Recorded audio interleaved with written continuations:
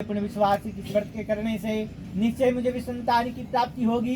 राजा से व्रत का सब ध्यान सुनकर व्यापार से निवृत्त हो गए सुपारी आनंद के साथ अपने घर पहुंचा।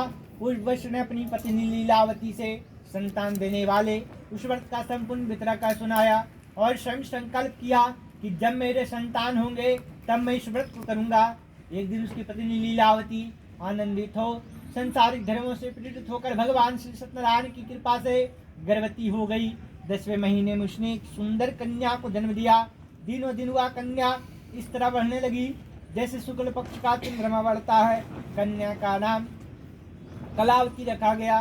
तब एक दिन लीलावती ने मीठे शब्दों से अपने पति को स्मरण कराया कि हे नाथ, आपने जो भगवान का व्रत करने का संकल्प किया था अब आप उसे पूरा कीजिए। साधु वैश्य ने कहा कि हे प्रिय, मैं कन्या का विवाह पर इस व्रत को करूंगा। इस प्रकार अपनी पत्नी को अनुशासन देकर वह साधु वैश्य अपने व्यापार को करने दूसरे नगर चला गया। तब एक दिन साधु ने जब अपनी पुत्री कलावती को नगर में सखियों के साथ खेलते हुए देखा तो एक दूत को बुलाकर कहा कि हे दूत, हमारी पुत्री है, तू कोई सुयोग व्रत तलाश करके लाओ। उसकी आज्ञा सुनकर दूत कंचन नगर पहुंचा और देखभाल कर वैश्य की पुत्री हेतु एक सुयोग सुशीलवानी पुत्र को खोज कर ले आया। उस सुयोग वर को देखकर वैश्य ने अपने बंधु बांधवों सहित प्रशंसित मुद्रा में अपनी पुत्री का विवाह उस वाणी पुत्र के साथ करा दिया। परंतु दुर्लभ विवाह के समय भी भगवान श्री सत्यनारायण का व्रत करना भूल गया। इस पर श्री सत्यनारायण भगवान क्रोधित हो गए। उन्होंने वैश्य को श्राप दिया कि तुम्हें दारुण दुख प्राप्त होगा। अपने कार्य में दक्ष अपने जमाई सहित नावों को लेकर व्यापार के लिए समुद्र के समीप स्थित रत्नासातु नामक नगर में पहुंचा। दोनों ससुर जमाई चंद्रकेतु राजा के नगर में व्यापार करने लगे। एक दिन भगवान श्री सत्यनारायण की माया से प्रेरित होकर एक चोर राजा के धन को चुराकर भाग जा रहा था। राजा के सैनिकों को अपने पीछे तेजी से आते देखकर चोर ने घबराकर राजा के धन को वही नाव में चुपचाप रख दिया जहाँ वे दोनों ससुर जमाई ठहरे हुए थे और स्वयं वहां से भाग गया।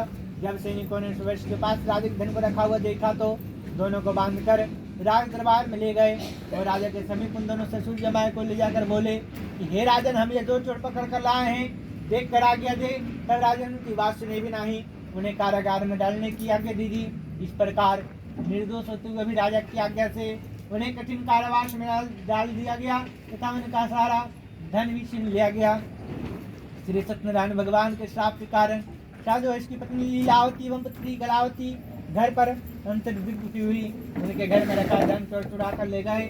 शारीरिक पीड़ा व मानसिक पीड़ा तथा भूख प्यास से अति दुखित होकर भोजन की चिंता में लीलावती कन्या कलावती एक ब्राह्मण के घर गई। उसने ब्राह्मण को श्री सत्यनारायण भगवान का व्रत करते देखा। उसने कथा सुनी तथा प्रसाद ग्रहण कर रात को घर गई। लीलावती ने अपनी पुत्री कलावती से पूछा कि हे पुत्री, तू अब तक कहाँ रही हो, तेरे मन में क्या है? कलावती बोली, हे माता, मैं एक ब्राह्मण के घर कुछ भोजन के लिए गई थी। मैंने वहाँ भगवान श्री सत्यनारायण का व्रत होते देखा, इसलिए मुझे वहाँ देर हो गई। कन्या के वचनों को सुनकर साधु की पत्नी ने अंतरंत हर्ष के साथ सत्यदेव का पूजन की तैयारी करने लगी। उसने परिवार एवं बंधु बांधव से भगवान श्री सत्यनारायण का विधि पूर्वक पूजन और व्रत किया और वर मांगा कि मेरे पति और दामाद शीघ्र ही लौट आए। साथ ही अपने अपराधों के लिए श्री सत्यनारायण भगवान जी से क्षमा याचना की। श्री सत्यनारायण भगवान जी लीलावती के व्रत एवं पूजन से अंतरंत प्रसन्न हुए। उन्होंने राजा चंद्रकेतु को स्वप्न में दर्शन देकर कहा, हे राजन, जिन दोनों वैश्यों को तुमने बंदी बनाकर रखा है वे निर्दोष है, उन्हें प्रातः ही छोड़ दो। उनका सब धन तुमने ग्रहण किया है उसे लौटा दो, अन्यथा मैं तेरा धन राजपुत्र आदि सब नष्ट कर दूंगा। राजा को ऐसे वचन कर भगवान अंतर ध्यान हो गए। प्रातः काल राजा चंद्रकेतु ने सभा में सबको अपने स्वप्न का सुनाया और सैनिकों को गदिक दोनों वाणी पुत्रों को कैद से मुक्त कर सभा में लाया जाए। दोनों ने आते ही राजा को प्रणाम किया।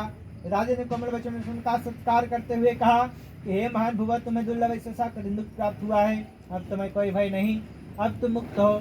ऐसा कहकर राजा ने उनको नए नए वस्त्र आभूषण पहनाए तथा उनका जितना भी धन लिया था उसे दुगना लौटाकर आदर से विदा किया। दोनों वैश्य अपने घर को चल दिए। बोले प्रेम से श्री सत्यनारायण भगवान की जय, वृंदावन बिहारी लाल की जय, आनंद कंद भगवान की जय।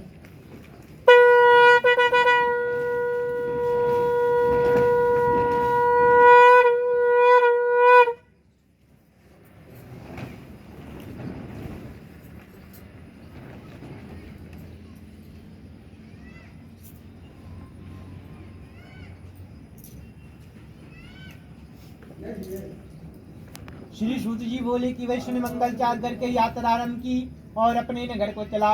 उनके थोड़ी दूर आगे बढ़ने पर दंडवशधारी श्री सत्यनारायण भगवान ने उनसे पूछा कि हे साधु वैष्णव, तेरी नाम क्या है? अभिमानिक वार्णिक हंसता हुआ बोला, हे दंडी, आप क्यों पूछते हो? क्या धन लेने की इच्छा है? मेरी नाम में तो बेल और पत्ते भरे हैं।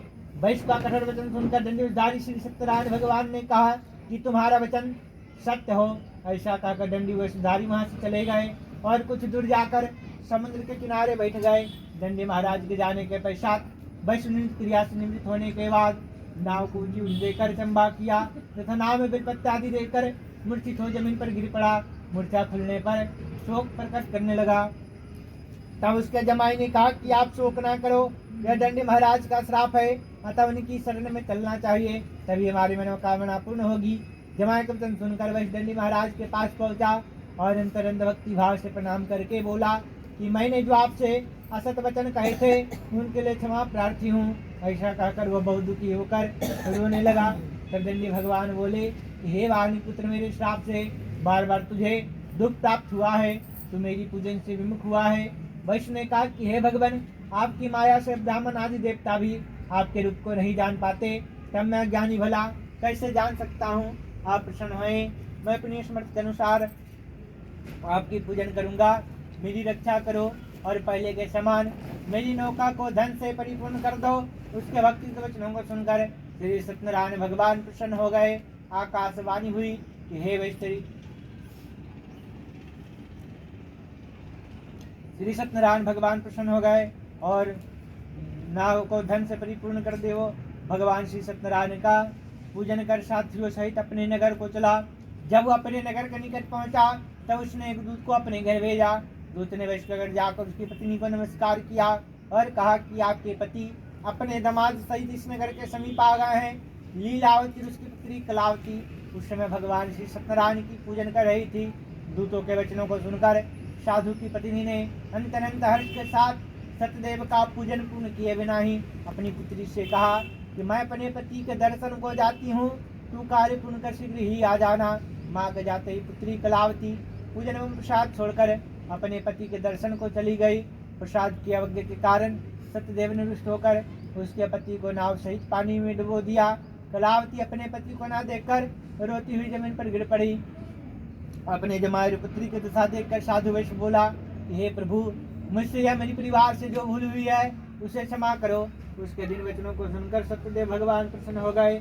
आकाशवाणी हुई कि हे वैश्य, तेरी कन्या मेरा प्रसाद छोड़कर आई है, अतः इसका पति अदृश्य हुआ है। यदि वह घर जाकर